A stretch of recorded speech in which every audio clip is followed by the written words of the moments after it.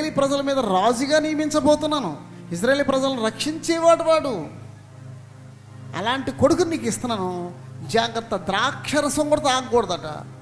చెప్తే ఓకే అంది. తల్లి నిజంగానే పత్యం చేసింది, కరెక్ట్గా నిష్టగా బ్రతికింది, బిడ్డను కనేసింది. వాడి పేరు శాంసన్ పుట్టాడు. ఆత్మీయ రోజు ఎదుగుతున్నాడు. ఎవడన్నా శత్రువు వస్తే వాడిని జయించగలిగేవాడు. సింహం వచ్చేసింది ఒకరోజు, సడన్గా మీదకి వచ్చేసింది. ఆ అరటిపండు ఈజీగా ఒలిచేస్తాం, కష్టంగా ఒలుతారా మీరు? చాలా ఈజీగా ఒలిచేస్తాం. అలాగా దాన్ని సింహాన్ని ఈ నోరు ఇలా ఈ నోరు ఇవ్వడం అలా ఎడదీసి అవతల పడేసాడు, దెబ్బకి చంపేశాడు. దైవశక్తి, హల్లెలూయా! దైవశక్తిని పొందుకున్న మనం, సంసోన్లో ఎవడో కాదు, ఆడు కాదు, మనమే సంసోన్లో. ఇప్పుడు దైవశక్తిని కలిగినటువంటి వారమై ఉన్నాం మనం, హల్లెలూయా! శత్రువైన అపవాదిని చీల్చి చెండాడాలంతే, హల్లెలూయా! శత్రువైన అపవాదిని చీల్చి చెండాడాలి. అలాంటి వరపుత్రులమైన మనం ఇప్పుడు సంఘంలో ఉన్నాం. మనం అపవాది మీద ఎదురు తిరగాలి. అలా చేసినటువంటి వాడు ఏమైపోయాడు ఒకరోజు? సంఘం. సంసోన్ అంటే ఎవరు? ఆత్మీయ మర్మం ఏంటంటే సంఘం. సంసోన్ అంటే ఆత్మీయ మర్మం, సంఘం. ఏమైపోయాడు? లాలిపాటలకు దగ్గరైపోయాడు. లాలిపాటలు పాడుతుంది ఎవరు? దెలీలా. సంగమా జాగ్రత్త, దెలీలాలు ఉంటారు, జాగ్రత్త. సంసోన్లు ఉన్నంత వరకు కూడా దెలీలాలు ఉంటూనే ఉంటారు. సంసోన్ అంటే సంఘం.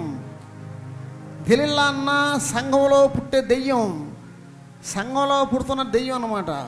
లాలిపాటలు గట్ట పాడి, తొడ మీద పడుకోబెట్టి జోలపాటలు పాడి నిద్రపుచ్చింది.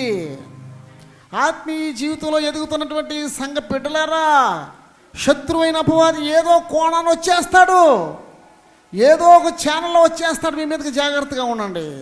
మీ బ్రతుకు విచ్ఛిన్నం చేసేస్తాడు. ఆత్మీయ జీవితంలో బహుబలంగా ఎదిగినటువంటి వాడు చివరాఖరికి తిరగలి విసిరించారు. ఏమి విసిరించారు?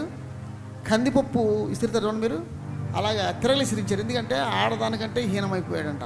ఆత్మ పొందిన వాడే మహావీరుడే సింహాన్ని చంపేశాడు. 3,000 మందిని ఒక్కసారి చంపేశాడు. 3,000 మందిని చంపేశాడండి వాడు. దాగోను గుడిలో 3,000 మందిని ఒక్క దెబ్బగా చంపేశాడు అంతే. అంత శక్తి కలిగినటువంటి వాడు చేతగానోడైపోయాడు. కళ్ళు ఊడిపోనే, కళ్ళు పీకేశారు. కళ్ళు పీకేశారా? చదువుకోండి, న్యాయధిపతులని చెప్పింది కదా, ఇంటికి చదువుకోండి. కళ్ళు పీకేశారు, కళ్ళు లేవు, గుడ్డోడైపోయాడు. క్రైస్తవ జనాంగమా, నీ నేత్రములు దేవుని చూచుట కొరకు ఇచ్చాడు, కానీ లోక సంబంధమైనటువంటి పాప సంబంధమైన కార్యాలు చూడటానికి దేవుడు నీకు నేత్రాలు ఇవ్వలేదు. ఆమేన్. నేత్రాలు పీకేశాడు, గుడ్డివాడైపోయాడు, దేవుణ్ణి కూడా ఎరగనటువంటి వాడైపోయాడు. క్షవరం అయిపోయింది. తర్వాత వివరం వచ్చేసింది వాడికి. ఏమై వచ్చింది? క్షవరం అయిపోయాడు, వివరం కూడా వచ్చేసింది. వచ్చిన తర్వాత వివరం వస్తే, క్షవరం అయిన తర్వాత వివరం వస్తే గుండె కదండి, ఏమైనా పెట్టుకుంటావా? బంగారపు నాగరం ఇచ్చాడు నీకు, పెట్టుకుంటావా? గుండె అయిపోయిన తర్వాత పెట్టుకుంటావా అండి? లే కదమ్మా. మంచి మల్లెపూలు దండంతో పెట్టుకుంటావు తల్లి. గుండె అయిపోయిన తర్వాత గుండుకు పెట్టిన ఆగదది.